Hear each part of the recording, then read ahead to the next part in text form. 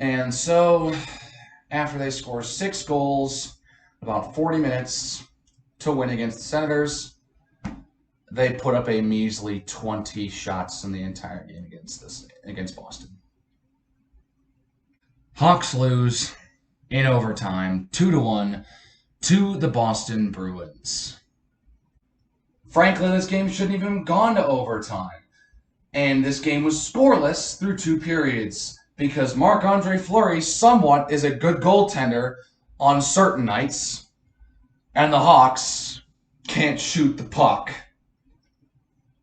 So yeah, as I mentioned, the Hawks coming off a 6-1 second and third period against the Senators, a game they won 6-3.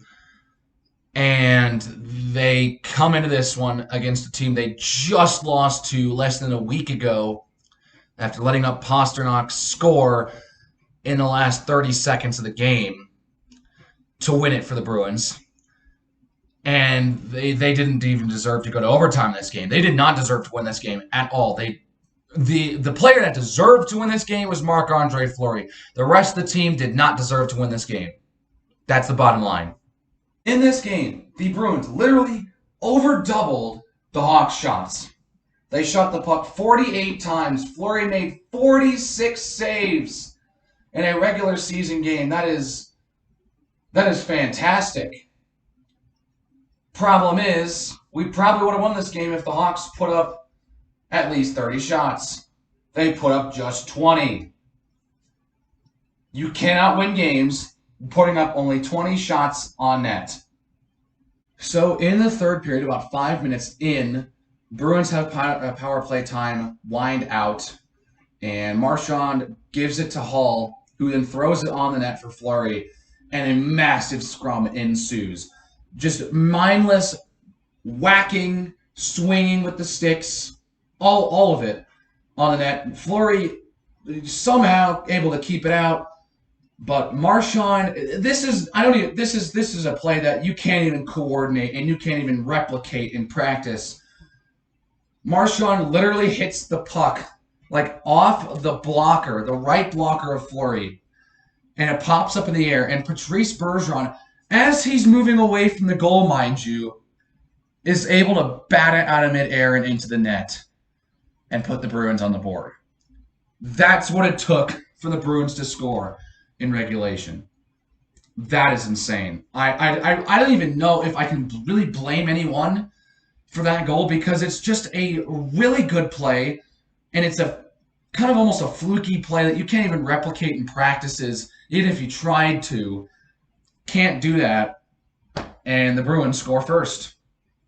Got to give credit where credit is due. Marchand hits Bergeron here. Marchand and Bergeron combined to make this just outstanding play that really only those two players could probably draw up on the fly because they've been around for so long. They've been teammates for so long. Yeah, as much as I don't like Marchand, I'll give him props for this one. This was a really good play. I mean, even if it was just basically whacking at it, Bergeron just hit it in the net. I mean, what else am I supposed to say? That was just a good play. I don't really know how you even save that, if you even can, without it being an accident. And then with about 10.5 minutes to go, pretty much all of the Hawks are on the left side of the ice, the side closer to us when you look from the broadcast. And it's just squirted out. Taves they decide to regroup, give it back to Jake McCabe, who then passes rink wide to the other corner to Caleb Jones, who then basically one-times this. And Brandon Hagel tips it past Linus Ullmark to tie the game. And that was just the 15th shot of the game for the Hawks. And we had played for 50 minutes. Man, were they lucky to get that one. They needed that. The shots at this point are 43-15, if you include the shot that went in the net. You're literally getting outshot, literally 3-1 at this point, and you're tied. That's just good goaltending right there. That's just Your goaltending is carrying you absolutely right here. And the defense did not play terrible because you know what? They put 46 shots on, or no, Fleury made 46 saves. They put 48 shots in the entire game. Fleury was fantastic in that. The defense did the best they could. Wasn't, the best ever because the defense isn't the best ever, but they did their part. Charlie Coyle would score with under 5 minutes to go for the Bruins, but it would be waved off, and after a coach's challenge would be upheld as no goal for goalie interference, and the game would then wind down and head to overtime. And about a minute and a half into overtime, David Pastrnak, being guarded by Patrick Kane, who guards him pretty well, can't allow him to get a passing lane. And he's going to draw him back, and Alex DeBrincat comes off of his defensive assignment to try and steal this puck and produce a potential 2-on-0 between DeBrincat and Kane, which, let's be real, that probably would have ended the game, and the Hawks probably would have somehow won this game. But that's not what happened, as Pasternak's able to turn it away, and he's able to just slide it ahead as all three players basically kind of skate away from the play entirely.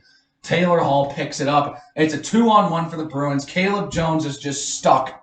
And honestly, if I was in Caleb Jones' position at this point, I wouldn't know what to do. This wasn't a good play.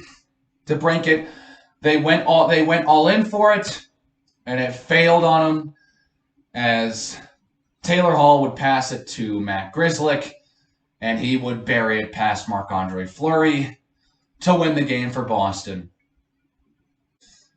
In a game in which the Hawks shouldn't have won, shouldn't have even gotten to overtime. They probably should have gotten crushed like 5-0.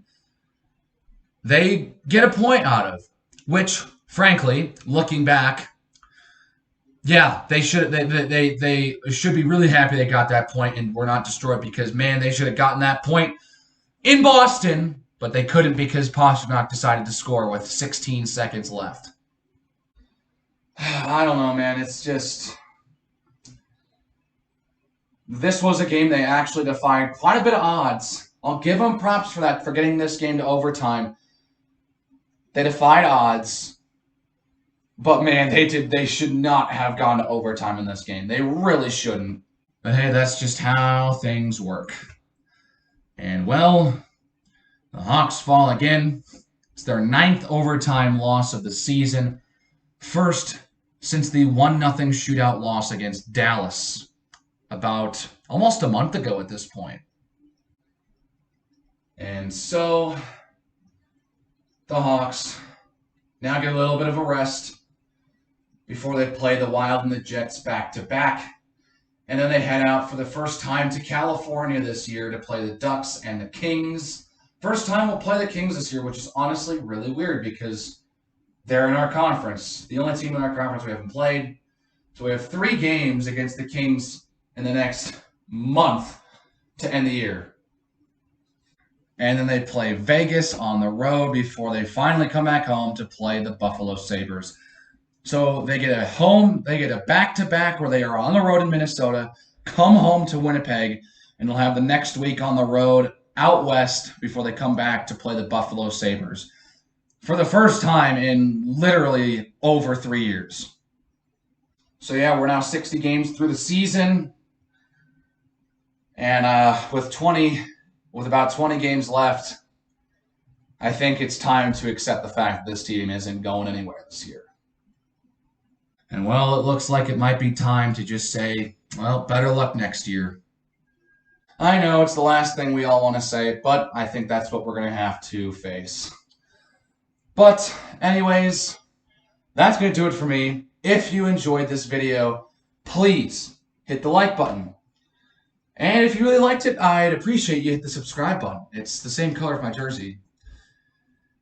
And I guess that's going to do it for me, so I'll see you guys next time. Take care, everyone.